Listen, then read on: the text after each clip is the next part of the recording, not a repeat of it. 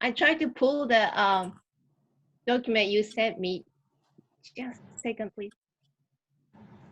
Okay, I'll post it again, and I'll send you an email specifically of the agenda. I do have one. I do have one. Please, just give me 30 seconds. Okay. I'm sorry, it's not really prepared. That's okay. Got it. Okay.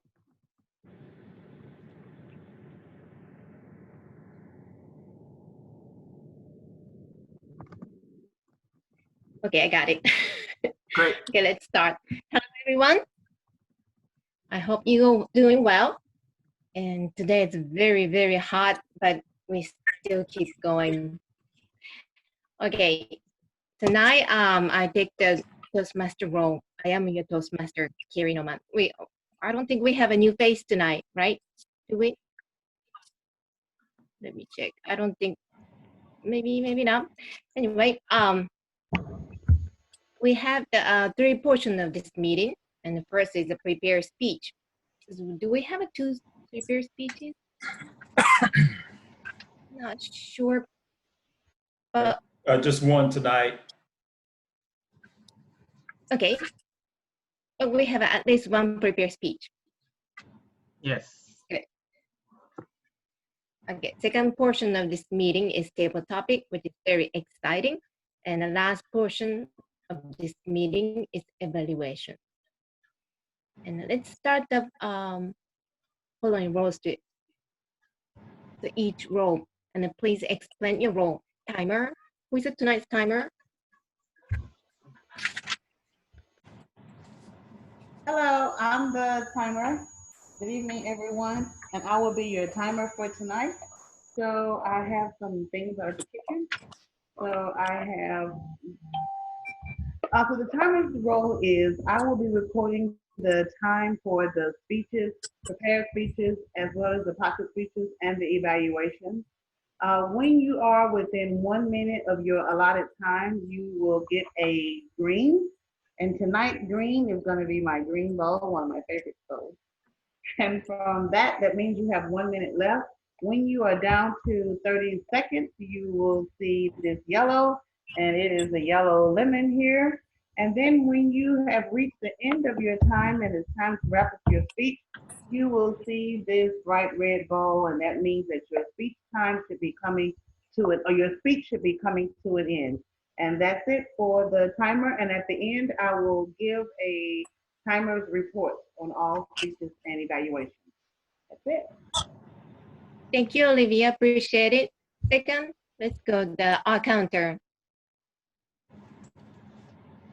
Hi everyone, my name is Cheyenne and I'll be the all counter tonight. My role is to look for filler words, excuse me, such as well, you know, but anything that is just used as a placeholder to buy yourself more time instead of pausing. I'll keep a count and then give a report at the end. Thank you, Cheyenne. Let's move on to grammarian. And please tell us today's word too. Hello, everyone. I am the grammarian today. This is Diego speaking. And my role is to keep track of misuses of the English language and also celebrate whenever someone throughout the entire night has spoken but has not used the English language incorrectly. And my role is also to share with everyone the word of the day, which is apposite, not opposite, apposite with an A instead of an O. And it means especially well suited for the purpose or apt. And let me find an easy sentence where this is used.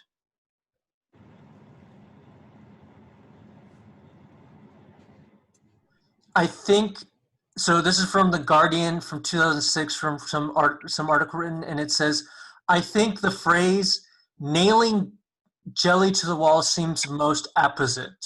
And that just, again, for whatever he's describing, using that phrase really does a good job of representing whatever it is he's describing. So apposite, apt, appropriate. Think of those three words when you want to use the word of the day today. Back to you, Carrie, our Toastmaster.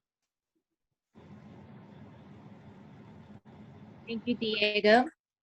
Next is General Evaluator. All right, good evening, everybody. I'm Luke, and I'll be the general evaluator. So my role is to evaluate the meeting as a whole.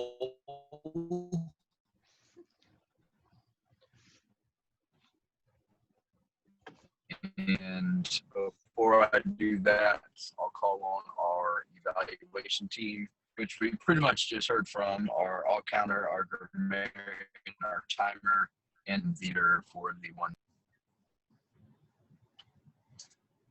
Back to you, Toastmaster. Thank you, Luke. Can you guys hear me okay? I'm sorry, what? No, I think there might be a delay in the audio. I was just making sure that you guys can hear me okay. Hey, Yeah. Luke, can you try turning off your video? Maybe that might make the audio sound better. You sound like a robot with a sore throat. That sound like Ben Stein on Ferris Bueller's Day Off. Bueller. Maurice is so silly. I still need to see that movie. I hear it's good. Hey, can you guys hear me now? Yeah, we can hear you. Yeah, it's much Okay. better. Do I need to go back to my role, or did you guys need me to go back over my role, or did you guys hear that? Yeah, we hear that, Luke. Hey, I'm gonna hang up and I'm gonna try to rejoin. Yeah, and Luke, just for information, there's a nationwide outage as well going on the wireless front. So we are impacted much, but AT&T and Verizon also are impacted. So you might be in that situation until it resolves. So it's nationwide, not just mobile or in state. So there's some hiccup going on in the back end. Majid, isn't it your responsibility to fix that? Yes. It's much higher than my pay grade. That's why I'm here. And it's With that nationwide. attitude, It's you're not going to not fix just for us, for T-Mobile, but I have heard Verizon and AT&T, many accessibility is also challenging right now, because I think where they merged to a national front somewhere, an upgrade went no problem, not went according to the plan. So less or more, all the wireless providers are impacted currently since 9 a.m. today. So Are we being hacked? Why is there an outage? Or can you not tell us? Is it top secret? no, it's just a path for upgrade that everyone is trying to upgrade to 5G. So, and it's not a wireless provider. It's something to the how the interworking works between multiple vendors. So somewhere in that. I don't have much insight on it, Olivia, to be honest. Okay. Great. Hey, can you guys hear me now, or do I still sound pretty horrible? No, you sound great. Much better. Okay. Do you need me to do the general evaluator role again, or are we good? I got it. We're good. We're good. We're good. So let's move on next. Okay. The table topic master. Hey guys, my name is Kyler and I will be the table topics master for this evening. My goal is to essentially ask you a couple questions that you can answer in about 2 minutes to sort of simulate talking on your feet, or being, thinking on your feet and, coming up quickly. So I've got maybe 5 or so questions that I'm going to ask today. And when my time comes, I'll ask the question, then I'll give anyone an opportunity to respond. Thank you. Back to you, Toastmaster. Thank you, Kyler. By the way, Majid, Thank you for your apposite information. Mm-hmm. Do we have an Well done, education well done. overview tonight?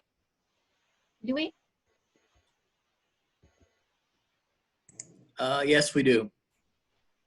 I'll be doing. Sean, you are? Yes. Okay, Sean, general education overview. Please tell us your role. Oh, okay. Well, Do we have do you need to tell? I normally don't, but Okay, I'm sorry. yeah, but it will come at the end. I hope y'all enjoy it. Okay, but anyway, we have education overview tonight. Okay. First portion of this meeting, prepare speech. I'm sorry, who is a prepare speech tonight? Hey, that's me. Majed. Okay. Okay, our first prepare speaker, Majed. Hello, everyone. This is Majid. Excuse me, is your speech 5 to 7 minutes? Yes, 5 to 7 minutes, but it's not started yet. I have to share my screen yet. So, Yes, okay, I apologize. Go ahead.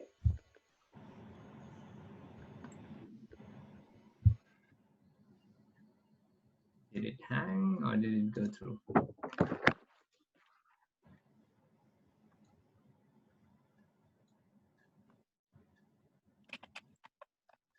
Are you guys able to see my screen? I see it. Okay. I see it. Okay. So, okay. Hello, everyone. My name is Majid. My topic for this evening is antenna strategies in 4G LTE and 5G NR. Last meeting, we talked about previously of electromagnetic waves. And now I want to take you guys further in wireless communication and talk about antenna logics and how some of the unique attributes that we have for antennas for 4G LTE. 4G is fourth generation wireless, which is also called LTE. LTE stands for long-term evolution. And the new technology which is coming in wireless, the new phones, Samsung S20 and all these are 5G capable phones. Fifth generation, which is also named in short form as NR, simply new radio. So let's learn about two antenna methodologies that we utilize in advanced LTE and 5G. The first technique that I want to discuss with you is the MIMO, M-I-M-O, MIMO. So MIMO stands for multiple input, multiple output. Like, the reference for my database is a third generation partnership project. The link I have added in the window, chat window. This is a global entity, which is an umbrella for all the smaller initiatives and projects or research entities, which combines everyone to a common platform. So it's called 3GPP, third generation partnership project. It's a global entity which umbrellas all the smaller research that's going on in US or in India, or it's a master to all the research. So according to 3GPP, the definition of MIMO, multiple input, multiple output, is a methodology to multiply the capacity of a radio link using multiple transmissions and multiple receives from the antenna to exploit multi-path propagation. To a simple user, it means higher throughput, higher data rates, higher data download speeds on your phone. As you see the picture, there is a site on the left side, and the other side there is your phone. You often call me, often hear me using UE, user equipment in our words, but it's simply a phone. So you see, instead of the cell site or the tower, or where you see the big towers having the antennas, they are talking in 4 lines to the UE here. So your throughput could be 4 times multiplied by this. So let's go a little deeper in this. Like example, I wanted to correlate it with our basic life here so you guys can capture it faster.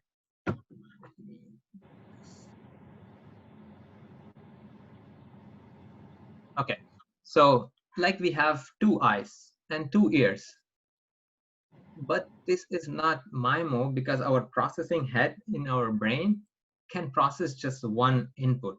But imagine our if the brain can process multiple inputs. So in that case, it would be MIMO. Like imagine if the mind could process 2 videos and 2 sounds.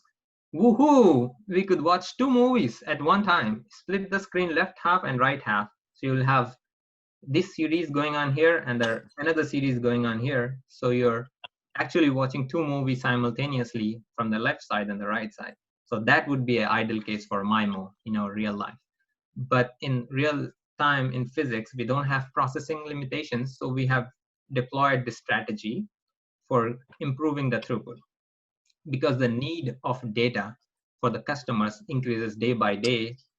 The amount of files that we download on YouTube increases day by day, or the data connectivity is almost seamless, and every time we don't know, but the data is going on. So we have utilized this MIMO technology to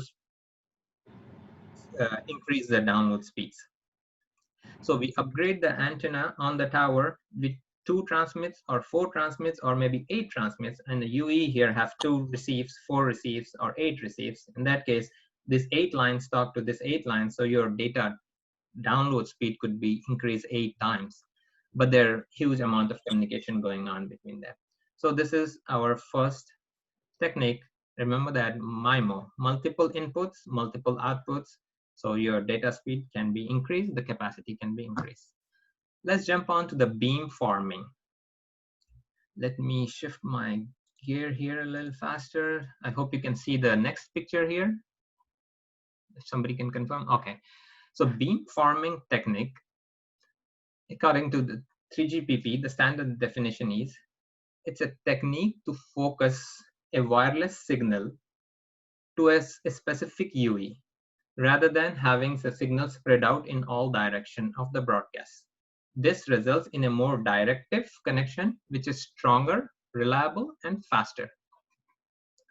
So just to put it in a simple language, so imagine a scene that we are in our one of the Toastmasters meeting. We just finished the meeting and everyone is socializing.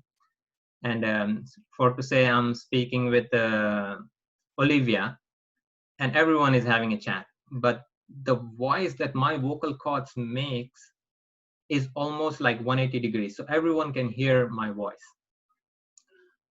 And to Olivia, it's useful, but maybe to Luke, it's not useful because he's talking to somebody else. So to Luke, it's interference, it's noise, but to Olivia, it's a useful signal.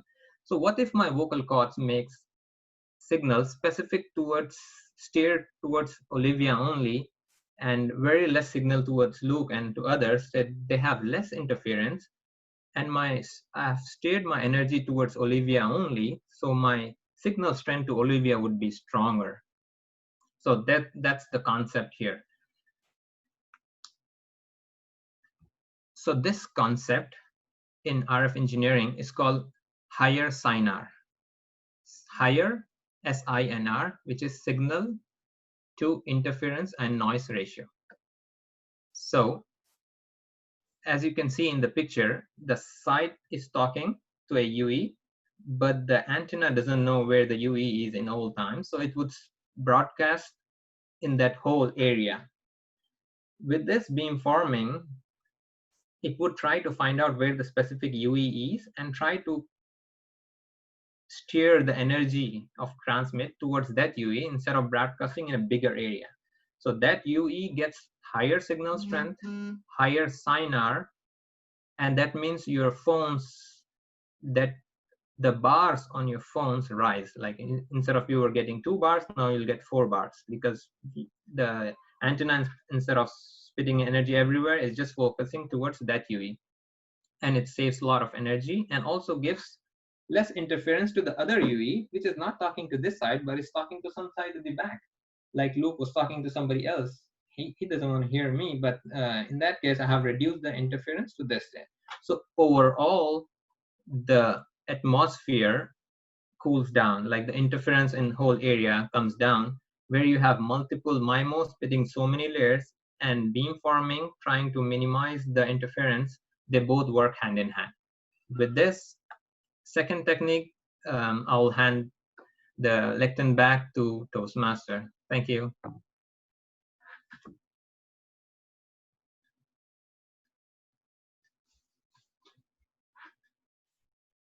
You are muted, Ori. Sorry. Thank you, Majid. Yeah. Your speech topic was very timely and interesting because I just walked to the cell phone tower some days ago, and then so I hadn't really pictured the tower, how that tower worked, and also your topic is something invisible, something well we cannot really see every day. But your gesture, your example makes me more understand. Although I'm not very engineer, but I really enjoy. Thank you so much. Thank you. You like that? Like, do we have we don't have a second speaker. Do we? No, we don't. Okay, so let's move to the second portion of this meeting. Table topic. Tonight, table topic master is Kyler. Hey everyone, my name is Kyler. Thanks for welcoming me this evening. We're going to start off with some table topics. So the first question, so what I'll do this evening is I'll ask the question and you can raise your hand or signal to me that you'd like to answer, and I'll just pick whoever responds first. So the first question for this evening is, would you like to be famous? And if so, what would you like to be known for?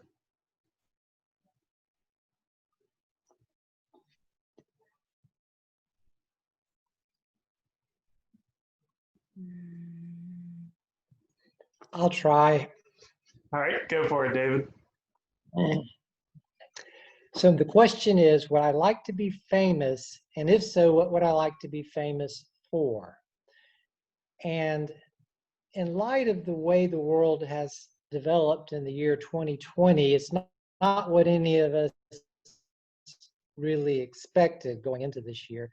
I mean, we started with a pandemic, and now there's a great deal of social unrest, and a lot of us are looking into ourselves to try to see what we're really all about. What I would like to be known for is to be a great negotiator, someone that can bring two different sides together and work on understanding each other. I think there's a great deal of misunderstanding in the world today, and it bothers me when I look on my Facebook feed and other news sources that a lot of times both sides of an issue want to just look at their own little bubble of what they believe and ignore anything to the contrary. So as a negotiator, I would be someone that would be able to get people to look outside of their own little world and into other people's worlds. And it's not an easy thing to do, not even for myself, but I wish more people would develop that sort of mindset. And I'm really not that anxious to be famous, but if I were to be famous, I would like to be famous for something of that nature.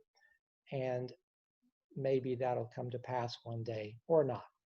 Back to Mr. Table Topics Master.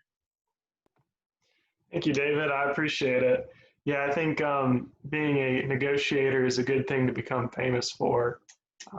Just taking time to understand each other and see what we need can get us all a really long way. Okay, so my next question is, how have you changed in the past year?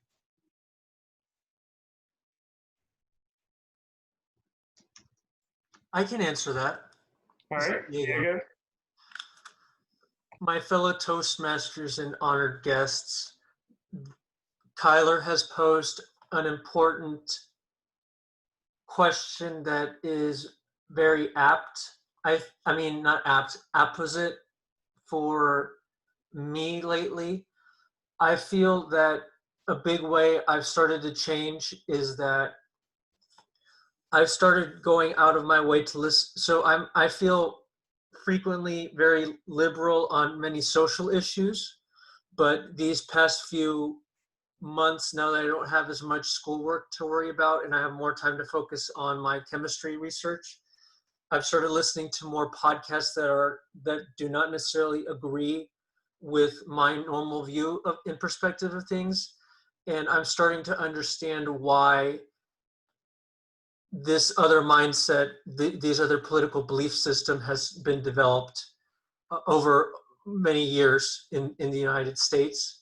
And I feel like I have a better understanding of maybe the shortcomings in my belief system, not only just shortcomings in my belief system, but also I can see plenty of shortcomings in the other belief system that I'm trying to evaluate and understand more.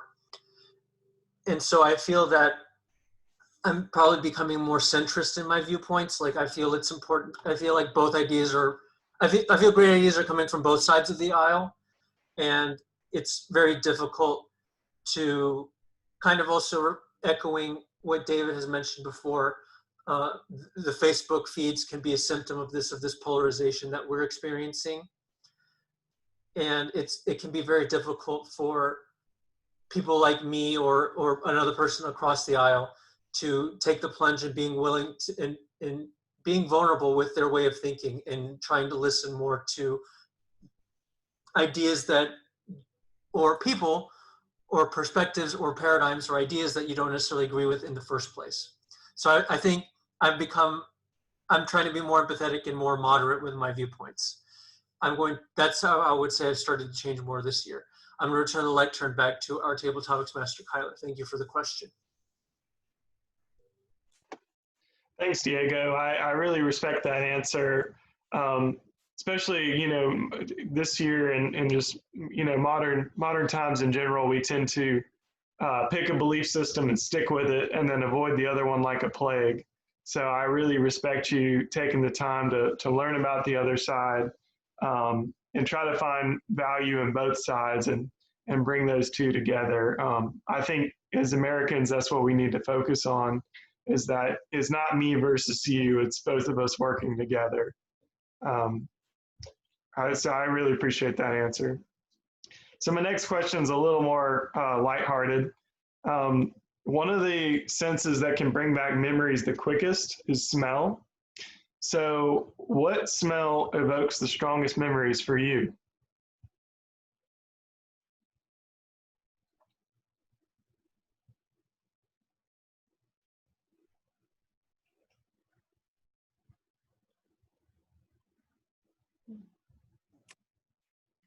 I'll answer that. All right, Sean. So the question is the smell that evokes the best memories. So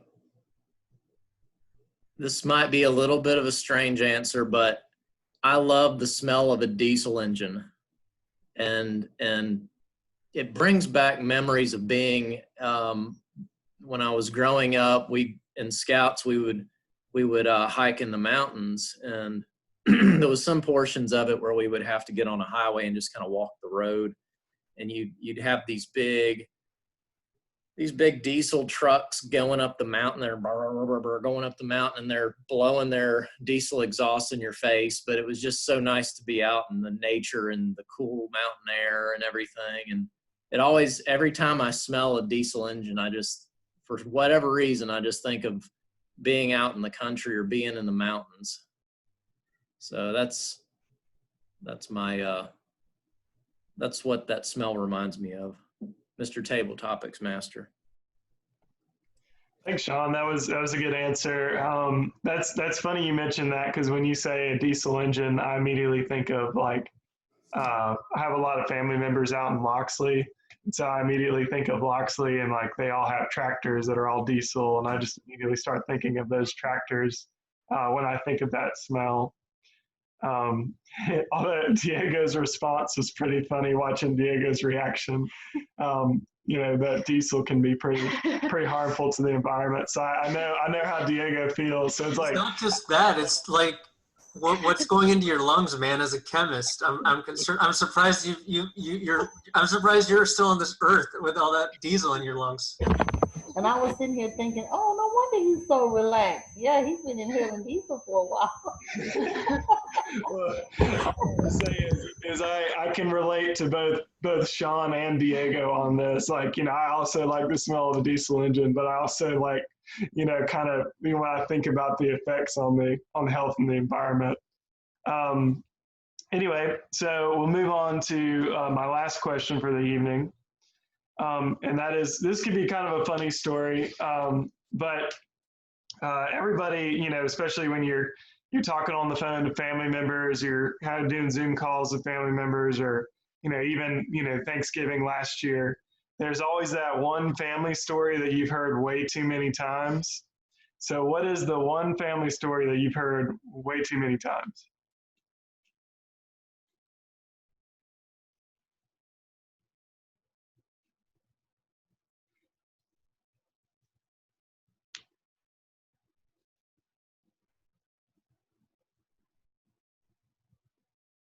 I guess I'll take that one. Okay. Hi, everyone. I've been asked what is one family or a few family stories that you've heard way too many times. And I grew up with my grandparents, so they are natural born storytellers once they get over the age of 77.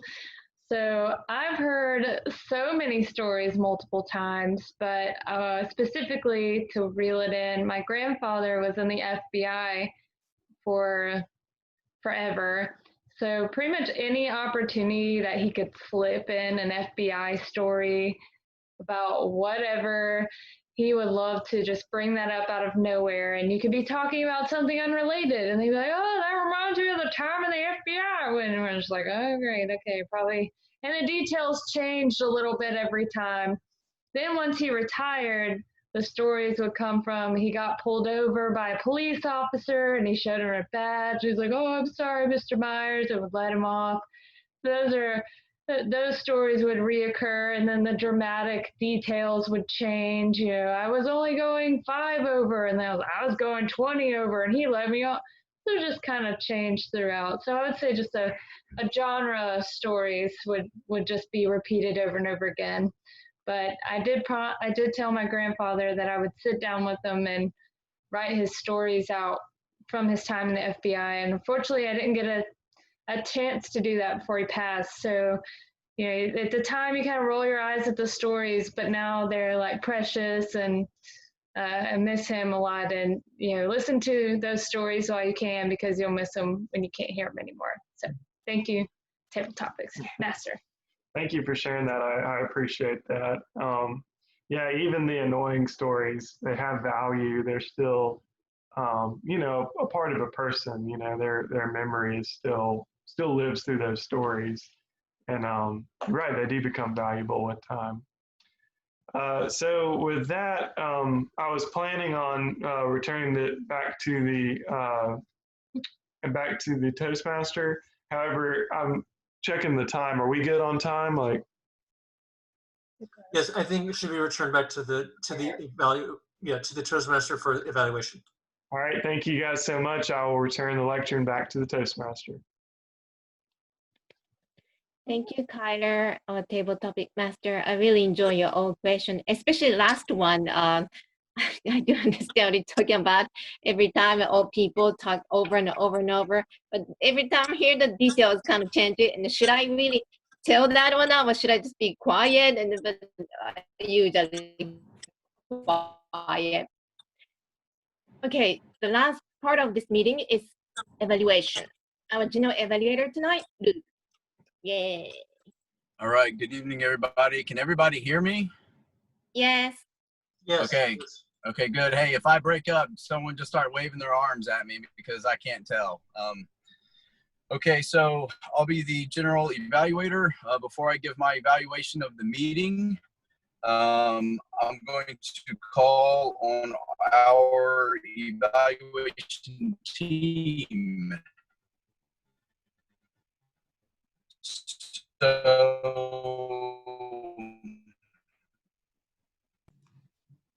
Bueller. Come on, stop it. Maybe you should deactivate video again.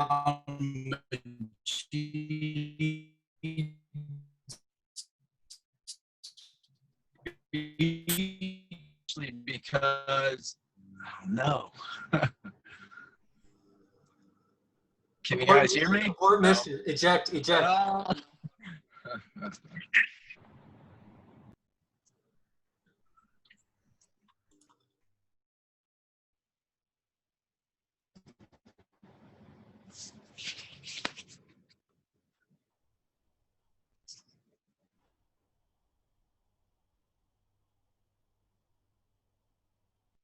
Luke, I'm not questioning your ability to guide us through the general evaluation meeting, but I'm going to assign emergency powers to Maurice to be the general evaluator for tonight. Okay, just because technical difficulties. Okay, so Maurice, please guide us through the general evaluation portion of the meeting. All right, we'll head right to the evaluator of Majid's speech. Okay. Hi, everyone. I evaluated Majid's speech on 4G and 5G antenna techniques. I'll start with what I thought Majid excelled at, and that was the use of gestures. The use of gestures was really powerful. The way when you would talk about a subject, you would just, it really worked. And it was also a really good idea to compare the technology with the way we work. You talked about how our ears and our eyes work in relation to our brain, but we only have one brain. Human beings are horrible at multitasking, but however, with a cell phone, you can have multiple communications coming together. See, I'm using gestures too, but it was really, really well done. The things I thought you might work on, the speech started a little slow. I think part of that was the technology, getting the screen sharing set up. But I think that was a little bit distracting, and it took you a minute to get refocused. But once you did, you got back comfortable and into the zone, as I say, and I thought that went really well. So I think one of the things you could work on maybe is before starting the speech, practice. What I do, sometimes I'll practice just with my own Zoom session, so I can do just the whole thing myself and record it and then review what I did. And to challenge yourself, I thought you did a great job overall, but that's what I put to just to use Zoom to practice with, just like record your own personal session. I thought your clarity was pretty good. I could understand everything you said. Vocal variety is something we all probably need to work on. There were parts of your speech where I could tell you were trying to incorporate more vocal variety, and it was effective, but then parts of it weren't so much. Eye contact is really nearly impossible to judge with a Zoom meeting, but it did appear. You had the screen share on one side and your little speaker window on the other, and it did appear that you were trying to look into the camera and maintain eye contact. I thought you had pretty good audience awareness. I think some of the concepts maybe got a little bit technical, so it might be good on a speech like this to start with more of a simpler overview, like what is this G, what's 3G, 4G, 5G, what's the whole thing all about? But I thought it was, I followed it quite well, and it was overall, I think most everyone followed pretty well. You appeared to be comfortable, and it was definitely an interesting topic. And the 8th criteria on the evaluation form is how well it was researched. And clearly you did a good job of researching, and the screen sharing itself, the slides were very good and aided your speech a great deal. So overall, I think you've really come an amazingly long way since I first met you in Toastmasters. And I think this sort of speeches that you're doing, I'm sure will lend greatly towards your profession. And so I think it's a great thing and you're doing a great job. Thank you, Mr. General Evaluator. All right, thank you, David. At this time, we'll move on to the timers report. I believe that's Olivia.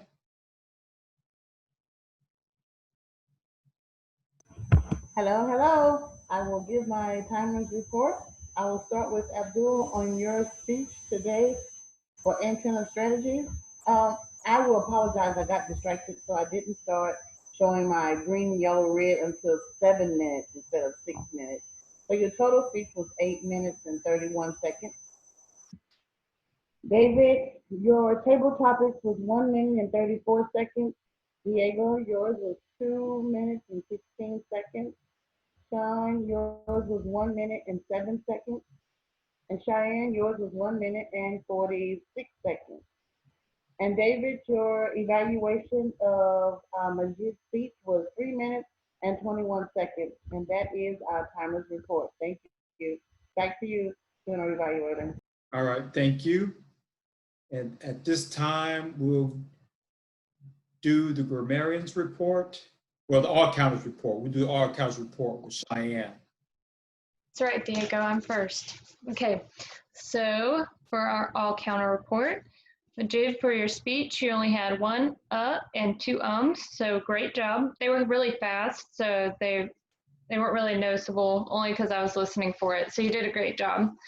Table topics, Kyler, while you were hosting, you said a variety of uhs, 3 ahs, and 2 ums. David, you had none. Diego, you only had 1 I caught myself say 1 ah, and David, you had none in your evaluation. All right, thank you, Diane. And now we'll go to the Grammarians Report with Diego. Hello, everyone. The good news, so most importantly, first of all, I send a message from Luke saying he wants to apologize for not being able to fill the general evaluator role for everyone. And he also wanted me to mention that he did use the word of the day. And since he's a trustworthy fellow, we're going to follow his word since he's in Coast Guard and he's a pretty upstanding guy. Carrie was the other individual to use the word of the day, apposite, and I was also the third person to use the word apposite. And also, again, to echo a similar report from Cheyenne, I think it's worth mentioning that Majid, again, I didn't notice you stuttering. I know in the past that has been a problem for you, and I think, again, it's really great to see that you are continuing to conquer that speech impediment, for lack of a better word. So it's good to see that the stuttering is diminishing or being absent completely when you have the spotlight on you. So keep up the great work. That is my Grammarians Report, and I'm going to relinquish the lecture back to Maurice. All right, thank you for the general evaluation of the meeting as a whole. And I guess this is customary. We usually start off around 6:50 to 6:55 usually. You know, we just wait for everyone, as many people as possible, to get on Zoom. But other than that, the meeting went very smoothly. Each portion of the meeting, from the prepared speech to the table topics in the evaluation period. And in spite of us being late on some portions and running over, we're still on time generally right now. And that is the general evaluation of the meeting, and I will relinquish the lectern back to the Toastmaster.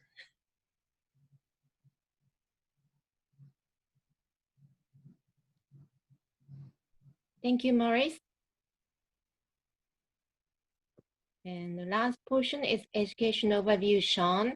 But before that, this is what I thought, to switch the general evaluator to Maurice because of the technical problem that Luke has was Diego's opposite decision. I really want to say this. Thank you. Go to Sean, please.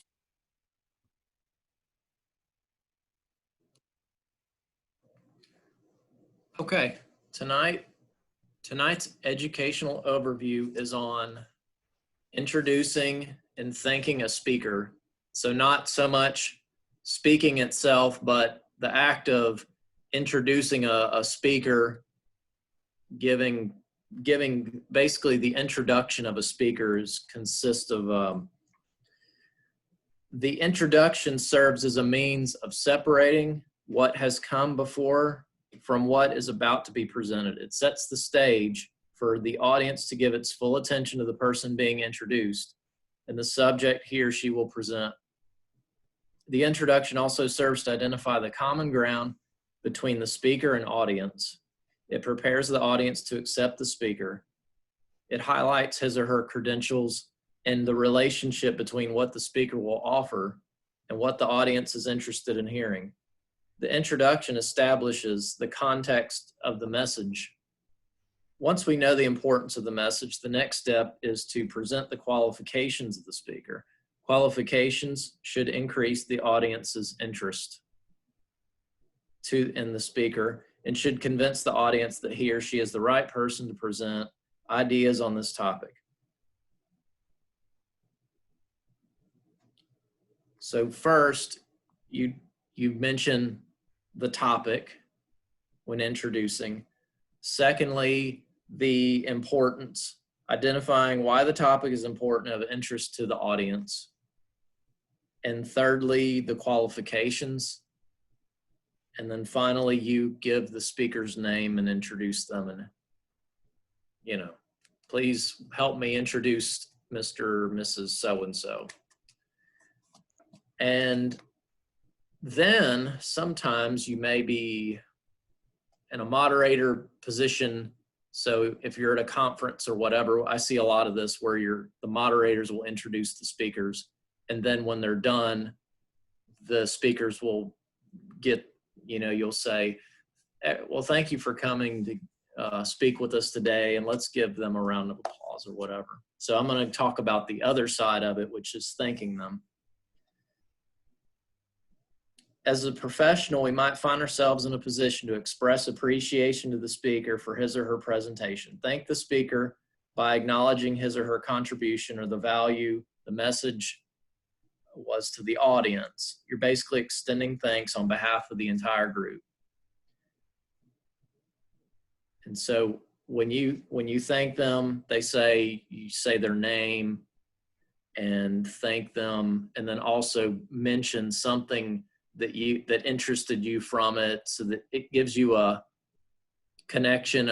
You know, you were actually captivated by this speech, even though it may or may not have been a good speech, but this is just something that you would do. Also, I forgot to mention, when you're doing an introduction, it's generally good to say something to the effect of, you know, I'm really excited to see what this person is this speech topic. I'm really excited. I think it'll be really an interesting topic for the group, something like that.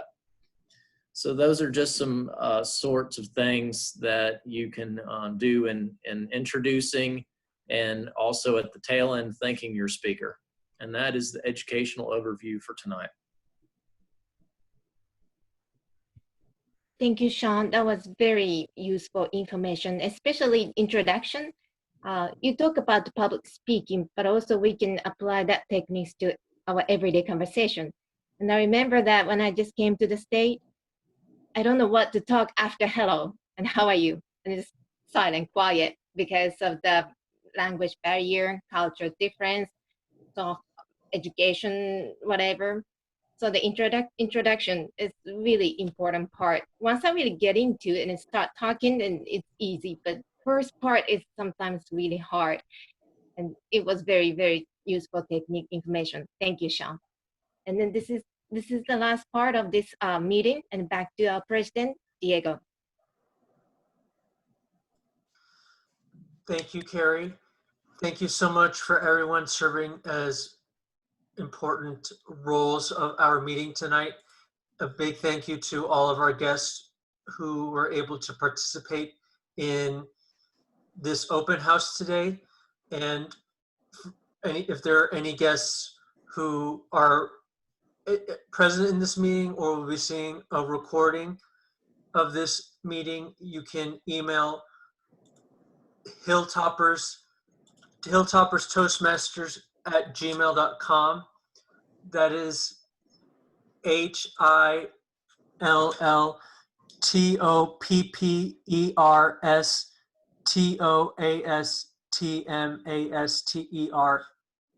at Gmail.